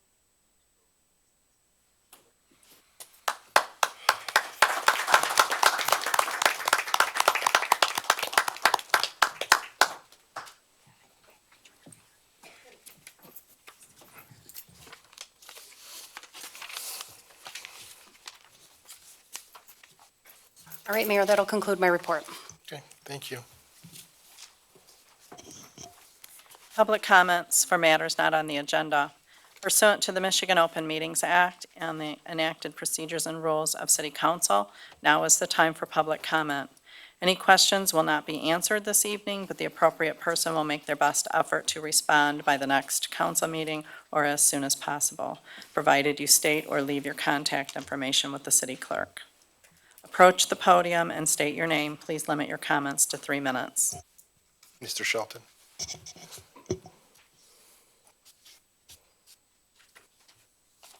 Thank you, Mayor, City Council. I did not get a chance to comment on the liquor license or the license for the State Wayne. I'm a photographer. I've photographed events at the Canton and Westland theaters, and the liquor does not, or the beer or wine does not seem to have an effect there. So these guys, I think, are just doing the right thing, trying to keep their business viable. I would also like to thank Mayor Aracey for the luncheon, speaking at our chamber luncheon on Thursday. That is the first luncheon that we've had in probably about 4 or 5 years at the chamber. So we appreciate that. We appreciate everyone that attended. And Lori, yes. There was one more thing, but I can't think of it. Thank you. Anybody else? Yes. My name is Dakima Jackson. I'm with the Western Wayne County NAACP, and thank you, Mayor and the Council, for allowing me to make this announcement. We are having our 22nd Annual Freedom Fund dinner, October 20th, and just wanted to share with you our honorees and also invite everyone here to come out and celebrate with us and also network with us. So our honorees, our keynote speaker for this year is our Lieutenant Governor, Garland Gilchrist II. Our honorees is,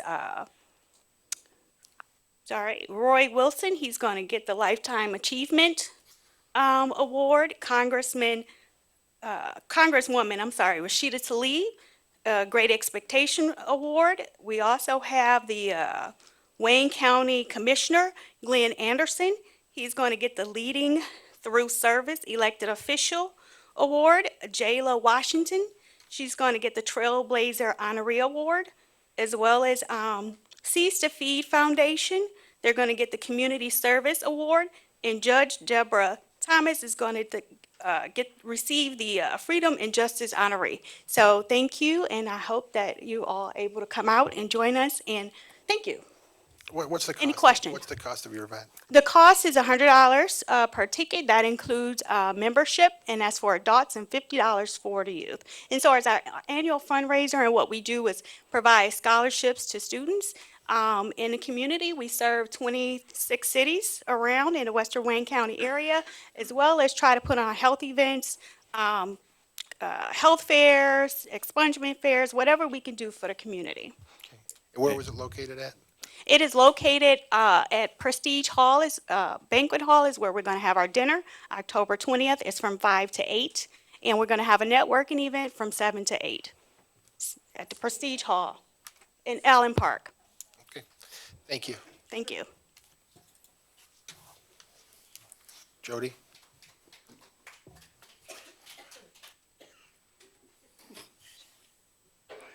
Hi, Jody Wallach, Library Director. I just wanted to make everyone aware that story time is starting up at the library again, starting tomorrow. So it'll be every Wednesday evening at 6:30 p.m. If you have young children or grandchildren, please come by and join us for stories, song, movements, crafts, and a great time. Every Wednesday, 6:30. Okay, thank you. Mr. Amos? I already called to somebody, Vic. Hold on one second. I'm just walking over here. Okay, Mr. Amos.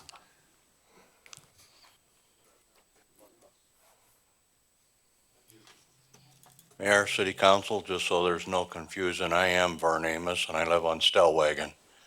I was unable to ask Lori Goen earlier in today's meeting area here. I understand the sale of the old building and engineering is no longer on the table because of a pollution issue.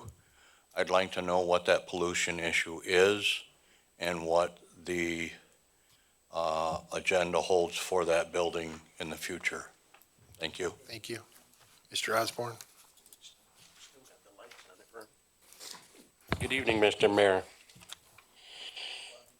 A slow reading for today. The Constitution was not written for the government to oversee the people, rather that the Constitution was written for the people to oversee our government. That's why we as citizens, taxpayers, are happy to be here. And it is said, the Declaration of Independence was the promise, and the Constitution is their fulfillment. Happy Constitution Day. Okay, thank you. Ms. Pride?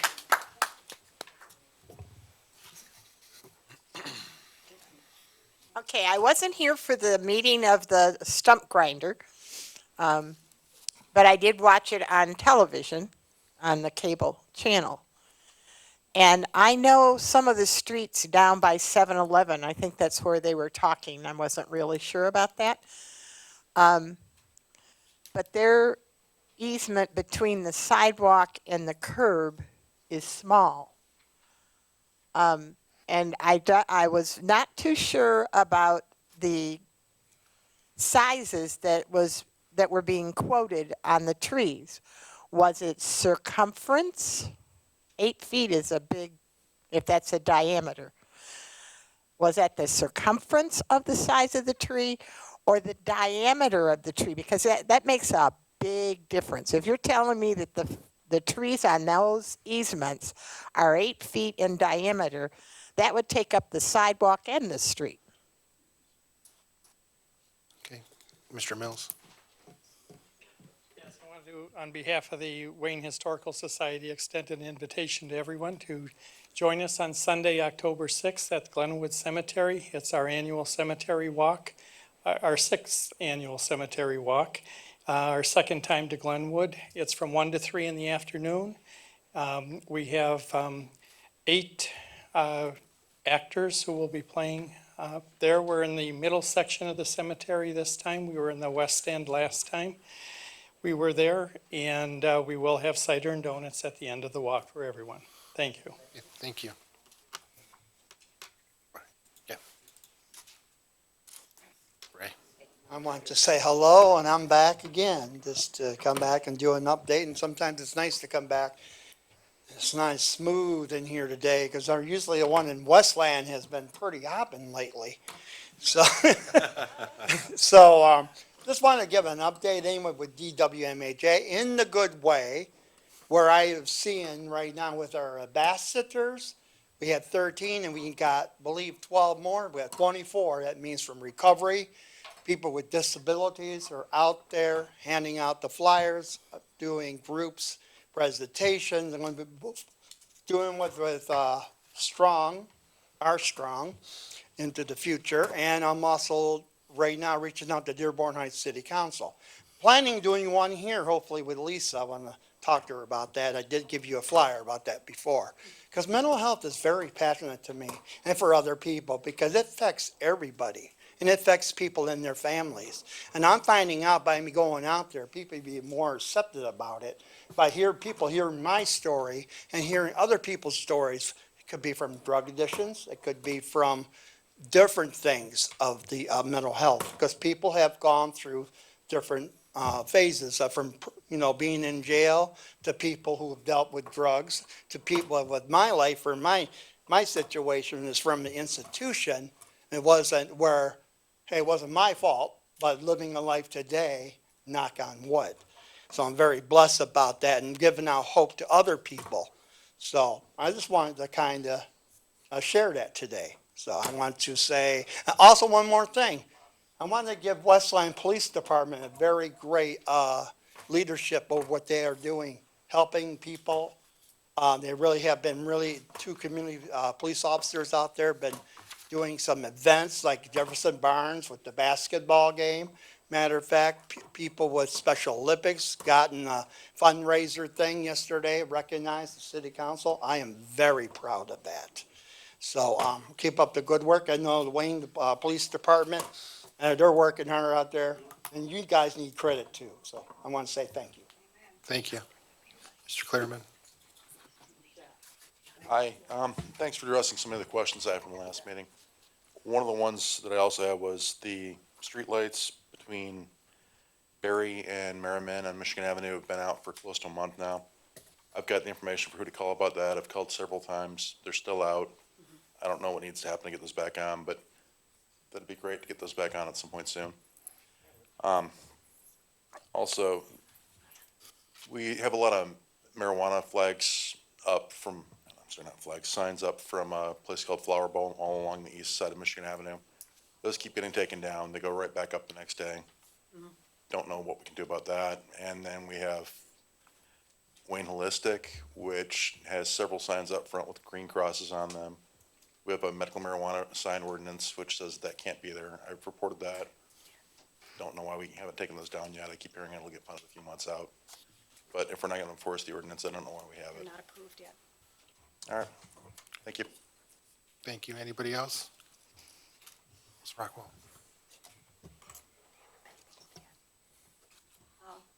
Mayor, I've asked you several times if you would repeat the people that make the motion and who seconded it, and you still don't do it. And I just wonder why you don't, because I like to call each one of you when I have questions, and I don't know who said what. And Lisa brought it up one time. She said, it's up to you, and I want to know why you don't want to do it. Okay.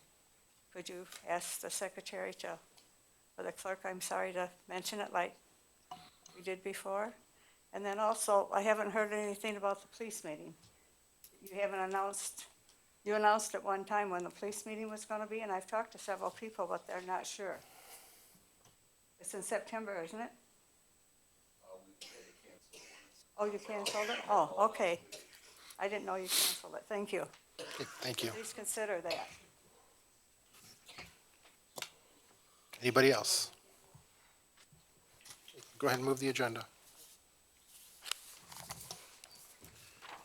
Item number 9 on the agenda is items for next agenda.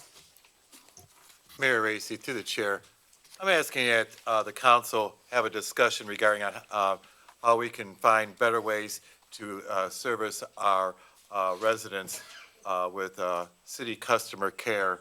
And that discussion can include the hours of City Hall and some other ideas that we can better serve our residents.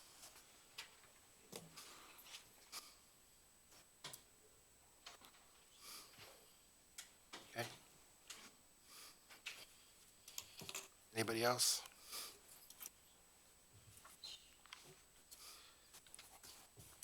Go ahead and move the agenda.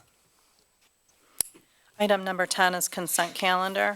10A is Downtown Development Authority minutes of August 14, 2019. Move without exception. Support. Support. Okay, all in favor?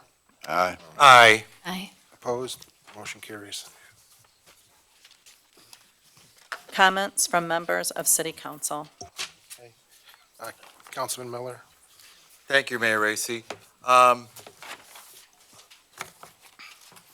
just want to let everyone know how much the Wayne Rotarians do in this community. They've been around since 1922 in this community. They are a strong pillar of goodwill individuals, along with some of our other organizations in this community.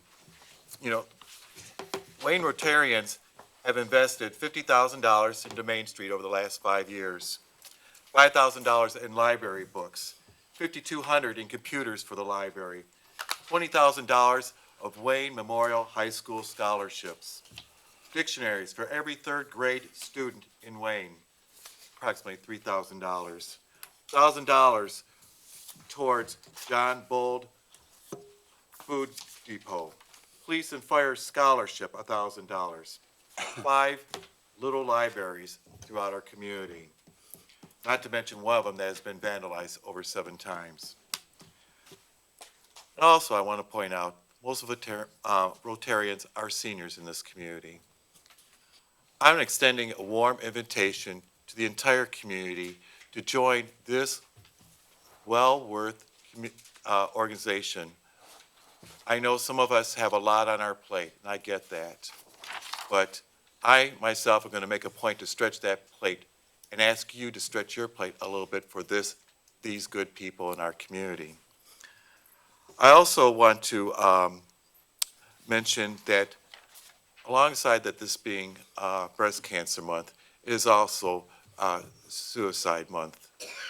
And it is the 10th leading cause of death in the United States is suicide. I ask you to keep that in mind, be aware of your family and friends, of those signs, and to help to give them direction, guidance to prevention of suicide. And lastly, I also want to mention, it's a gentleman that started Veterans for Veterans. Give me 1 second here. Trying to think of his name.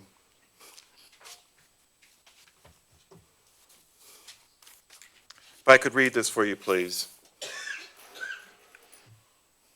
His name is Mr. Vince Berna.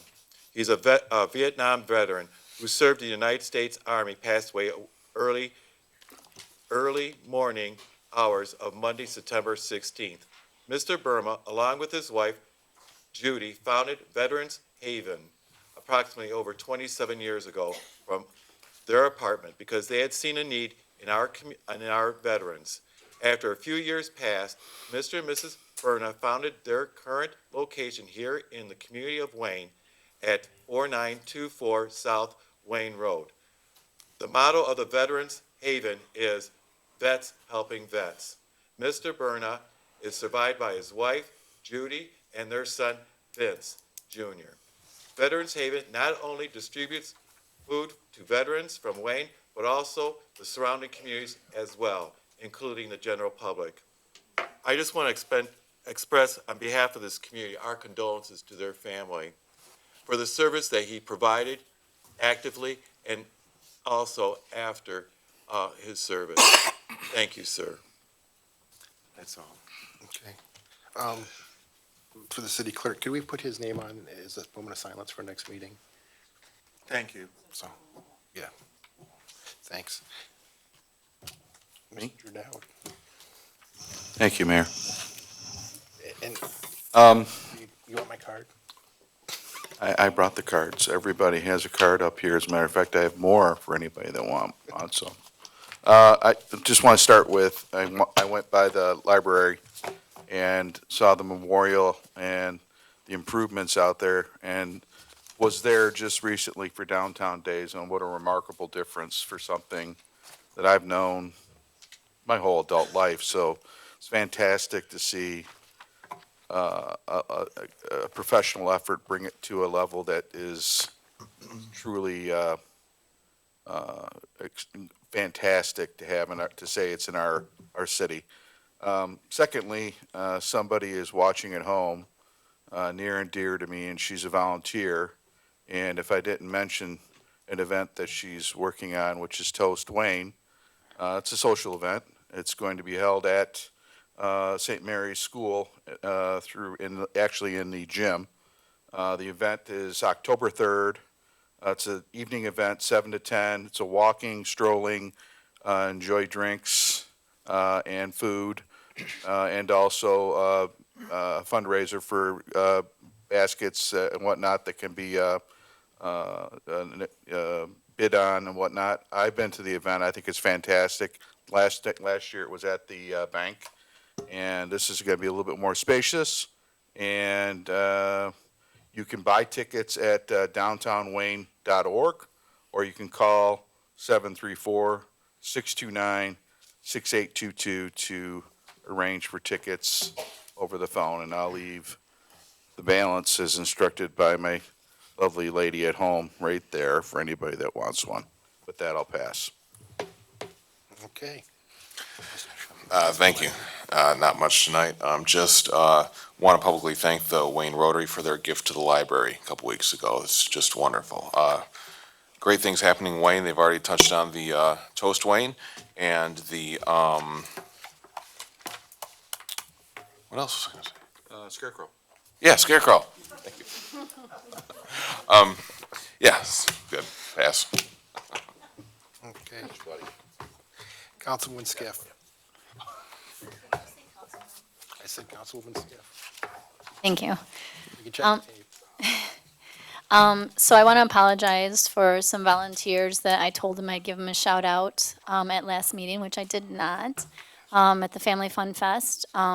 That was a great family event that Crosspoint Hells puts on every year for the people in the community. So I'm just going to do it now and apologize that I didn't do it last week. Just shout out to Renee and all the volunteers who made that happen. You guys are great, and I look forward to attending next year's as well. So earlier this week, I had a chance to attend, I guess you can call it a forum for elderly abuse. It was a forum that our representative Kevin Coleman was at, State Representative Kevin Coleman. He's our senator? Oh, no, I didn't say her yet. And our state senator, Dana Polhanke, and also Attorney General, our Attorney General, Dana Nessel. Some interesting things I learned at that meeting, just some of the scams that people will pull on elderly people, just so sad. I also want to thank Representative Coleman for sharing his story and his experience with elderly abuse that he experienced with his grandmother, and the courageous steps that he and his cousin took to get his grandmother out of that situation. So Lots of good information. I'm sorry, I forgot to bring the telephone number but if you want to contact me, I can get it for you. There's a telephone number that if something seems suspicious or doesn't sound quite right, that you can call to find out if it's legit. Okay, and I guess, I'll mention this. The Saints Incorporated is having an open house on September 26th between 3 p.m. and 7 p.m. And also there's going to be a ribbon cutting and dedication at 5 p.m. for all those who's interested and would like to attend. The address is 2945 South Wayne Road, Wayne, Michigan, 48184. Oh, of course, we all know 48184. And I guess the last thing I just would really like to talk about is the vote tonight on the State Wayne Theater. Obviously, I was very much in the minority. That's almost an understatement, but just wanted to let you know that, there's been some comments made about how can you tell a business what to do with, their business model, so on and so forth. This is something they could have attained through escrow. It'll be interesting to watch and see what the other cities do and if they get them or not, and if they don't, if they're not granted through the city, if it's something that they acquire through escrow, something I'll be watching very closely. So again, I would, it is an option to them. As Lori said, these license liquors are very precious to us. They're a tool that we use to get business, for businesses to attract business in our city. And after tonight's one, we have one. We just have one, which now has weakened our ability. Like if there's a franchise that is going to open up for, if there's a franchise that wants to come into our community, we have one left. That's it. And they're done. It's all we can do. So unless they obtain it from escrow. So I just, I think honestly, aside from my mother and my grandmother helmet, from a business point of view, I think this was a very poor transaction for us to, nobody profits from this but the theater. We don't profit as a city, and we're not profiting. And also it's not in the best interest of the city nor of, I believe, the families in the community. And that's it. Councilman Webster? Thank you, Mayor. For those of you that are not aware, the city clerk is going to be having an open house here soon. It's going to be Wednesday, September 18th. It's going to be between 6 and 7:30 p.m. here in the City Hall chambers. So for those that are current election inspectors, please come. But we also encourage you to bring along some friends that are interested in coming along, because the city clerk is definitely looking for some people to assist her in the upcoming election. So please consider not only coming, but bringing a friend along and having them meet our awesome city clerk and maybe helping out in the 2020 election. Aside from that, I just want to remind everybody, we've been back to school for about a month now, and it seems that people just don't really respect when a bus is stopped. A couple of times this week, I've been caught behind a bus, and last week, and people just don't care. They just fly right past. They're on their cell phones. They're looking around. They're bobbing their head to music, but they're not paying attention to these kids that are trying to get on the bus and go to school. So, if you see, that going on, call the police, because that's what I did a couple of times this week. Now, they may never catch them, but you know what? If they just catch one and people see that, maybe that'll send a message, because the last thing I want to see is one of these kids getting hit by one of these people that are driving by and not paying attention because they're 5 minutes late for work. You being 5 minutes late and maybe getting talked to by your boss is not worth a child's life. And the last thing, Councilman Miller, I agree wholeheartedly with you about the city hall hours. I think we definitely need that. I think we could certainly agree on that. And that's something I brought up a number of times to city administration. I think the problem continues to be our lack of staffing. I think once we find a way to address that and get some more people in, I think that would be one of the first things that we can honestly address. So hopefully we can find a way to figure out how to get some more staffing in here, and we can do that, because I certainly think that would benefit a lot of people that don't work a normal 9 to 5, or they work midnights and they sleep during the day. I definitely think there's a better way to serve those people within the community. And with that, I'll pass. Mayor Pro Tem. Thank you, Mayor. This evening, I want to speak just a little bit about the Veterans Memorial. As you know, we had money several years ago donated from Ford, from UAW, Local 900, several people, one of which was my late good friend Lloyd Allen, to start a project of, first we started looking at the Peace Memorial, and we decided that was not a real Veterans Memorial. So we decided as a committee to move on to having a Veterans Memorial, a true Veterans Memorial. So with the help of our new friends from UAW Local 845, who have now transplanted into our city, they have donated their memorial that they had at their Union Hall previously. So what we need is, we need some contributions from everybody. So I'm asking, as a veteran, as a retiree from Ford Motor Company, as a proud member of, and as a retiree chapter of Local 900, I'm going to ask if you can see fit to give us a little bit of money. I have some pamphlets or some brochures up here to tell you a little bit about the project, what we need. We're estimating right now about $50,000 more, I believe, is what the number I read. So I would like to ask everybody to dig deep and see if you can spring for $5 or whatever you can come up with to help us with bringing a Veterans Memorial to the city of Wayne, which will be located right on the south side of this building in an open spot there. So Mike Biden and Ed Queen and Lisa and Lori, everybody's been working really hard on this project along with the committee. So I'd like to ask if we can now have some help from the citizens, the businesses, and the organizations in the city of Wayne. That's all. Okay. I just want to thank everybody for coming out tonight. With that, can I get a motion to adjourn? Move to adjourn. Second. All in favor? Aye. Aye.